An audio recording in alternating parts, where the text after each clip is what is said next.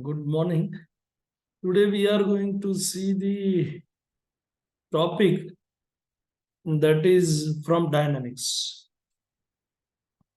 Now, first we will differentiate between statics and dynamics. So we have engineering mechanics. In engineering mechanics, we have two parts, static and dynamic. So we have static and we have dynamics.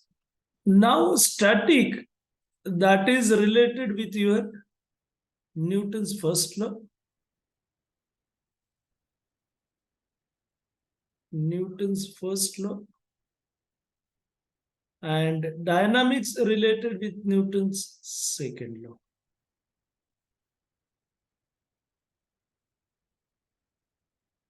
Now, what is Newton's first law? So we have summation F is equal to 0. Means body is in rest position or body is moving with constant velocity. Not only rest, we have to consider constant velocity also. Now, when we will say summation F equal to 0, why we are considering these two conditions? Now, if we will go to Newton's second law, then we have Newton's second law, that is summation F is equal to ma. Now, when we will say a equal to 0, that means my body is at rest or my body is moving with constant velocity. So, if body is moving with constant velocity, then that comes under your static parts. So, actually, Newton's second law, when we modify A equal to 0, that is your Newton's first law. So, generalize we have summation F is equal to ma. If I have A equal to 0, it goes under static, and if A is not equal to 0, then it will be considered under dynamics. So do not say when body is at rest, then it is statics. No, when A is 0, body we are going to say under static part or problem under static, and it may have body with constant velocity. And when we have acceleration, then we have to go Newton's second law. Then you may say Newton's third law also. Newton's third law, that is derived from Newton's second law. So that we will see when we will go to the kinetics part. Now, in dynamics,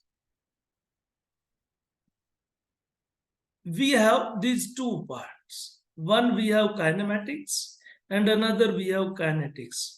Now, what is difference between the two? That is again most important. First difference we have seen static when A equal to 0 and dynamics when A is not equal to 0. And when A is 0, body is at rest or moving with constant velocity.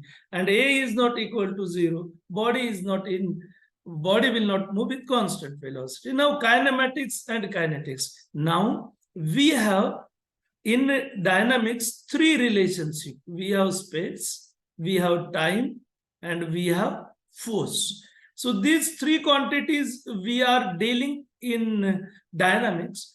Now, if we are going to study only space and time relationship, then we are going to say that is kinematics. And when we are going to study space, time, and force, then we are going to say that is kinetics. Now, is motion is there without force? No. Then why we are going to consider, we are not considering force in kinematics? Reason, in kinematics, space-time relationship is very large compared with your force. Force is small, and in that case, we are going to consider that is body is in kinematics, and therefore we are neglecting force. I mean, simple example, if I will say, a car is moving with velocity 10 kilometer per hour. In that case, we are going to consider that problem of kinetics. because space time is not much higher or larger compared with force. But if same vehicle, I will say, is moving with 140 kilometer per hour, in that case, my space-time relationship is very large compared with your force.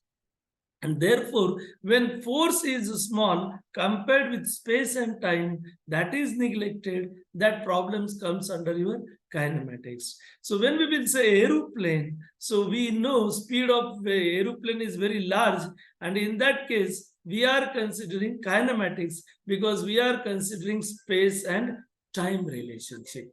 So when you will consider only space and time, in that case, my problems are under kinematics. And when force is also considered, then that considered under your kinetics part.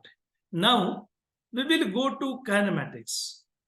Now, you can see in your syllabus, you come under basic concept, that is equation of motion. And then we have constant acceleration. Then under gravity, so this is also constant acceleration, but A we are going to say G, which is in downward direction. And then we have variable acceleration, motion curves. So now we will go with basic concept, equation of motion. Now we know what is velocity and what is acceleration. So now we will start with acceleration. What is acceleration? Now try to understand. Be careful, be attentive over here. So we have acceleration. So we have a rate of change of velocity. So rate of change of velocity. So now nothing but acceleration. Now we know rate of change of velocity is acceleration. So I will write A equal to dv by dt. Now if we will rearrange the terms, we have integration A dt is equal to integration dv. I will rearrange it. We have dv equal to integration A dt. Now, if A is function of t, then we have to use this equation. We have to use this equation, that is A is function of t. But if A is constant,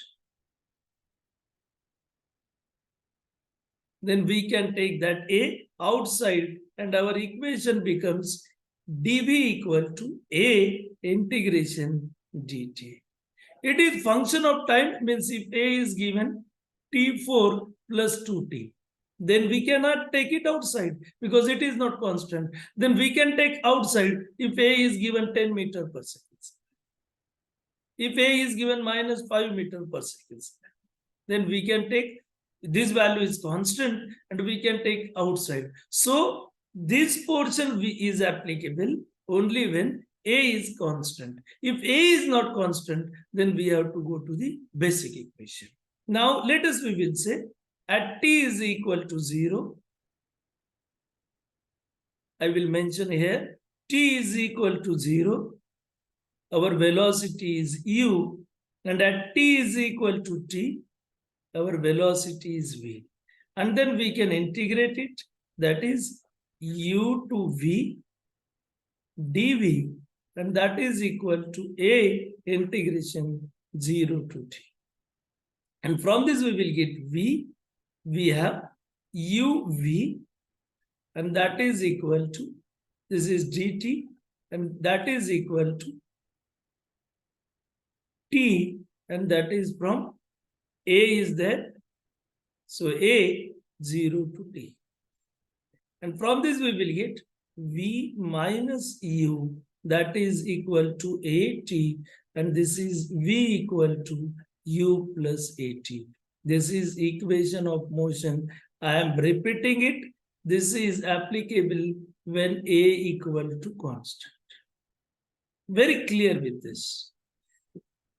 Because student commit mistake, they are going to use this equation even if we have a is equal to t to the power 4 2t.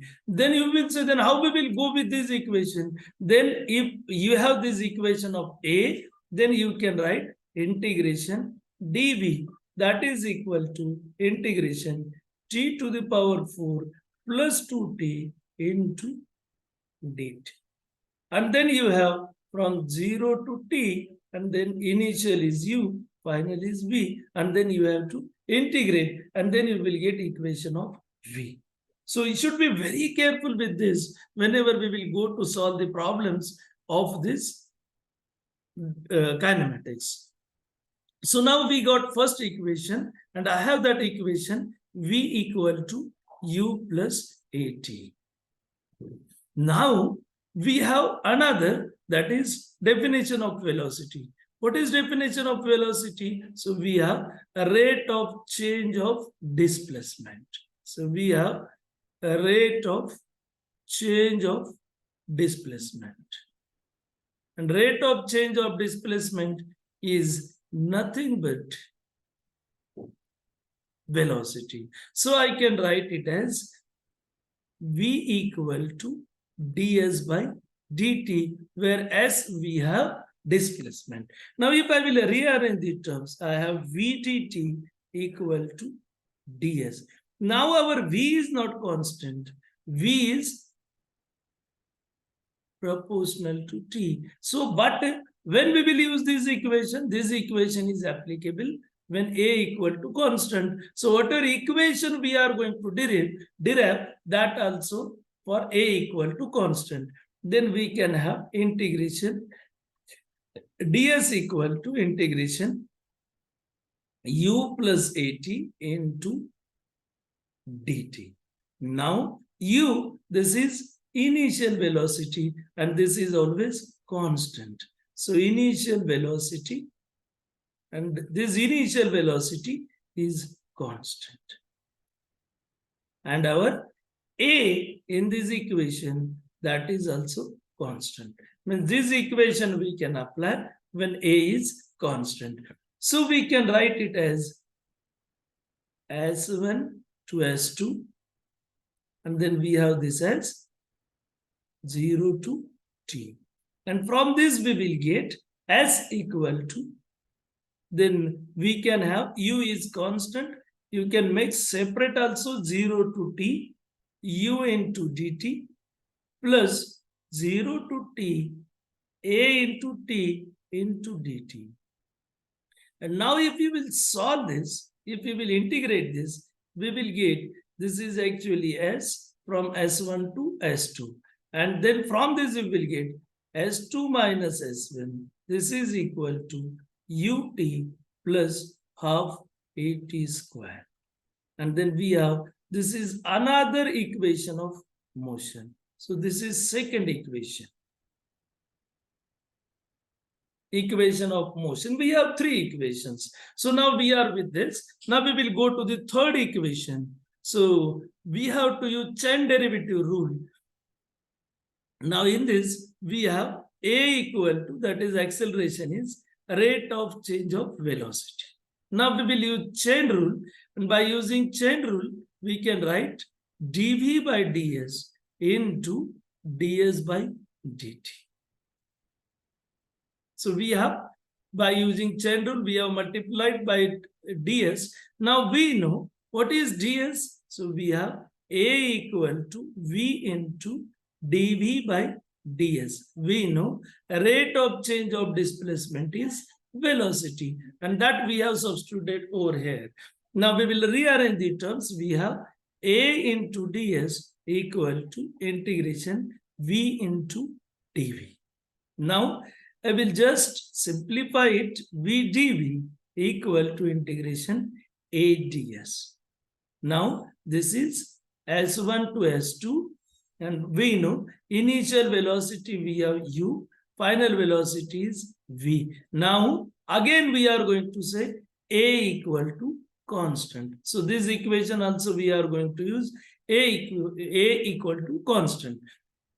Now what we will get? So we will get it as v square by 2 from u to v equal to A is constant in bracket S from S1 to S2. And from this we will get v square minus u square upon 2, and that is equal to A in bracket S2 minus S1. Now rearrange the terms, and therefore we have v square minus u square equal to 2A in bracket S2 minus S1. And therefore we will get v square equal to u square plus 2as. S is S2 minus S1. And this is my third equation of motion. So likewise, you can see for constant acceleration, so when we have A equal to constant, we have to use following three equations. One equation we have S equal to ut plus half at square. Second equation we have v is equal to u plus at, and third equation v square equal to u square plus 2as. So we have to solve the problems of constant acceleration by using this equation. So this is all about your constant acceleration. So in this video, we will stop here only. And then in next video, we will solve the problems on this constant acceleration. So now we will stop here only. The remaining part we will see in the next lecture. Thank you.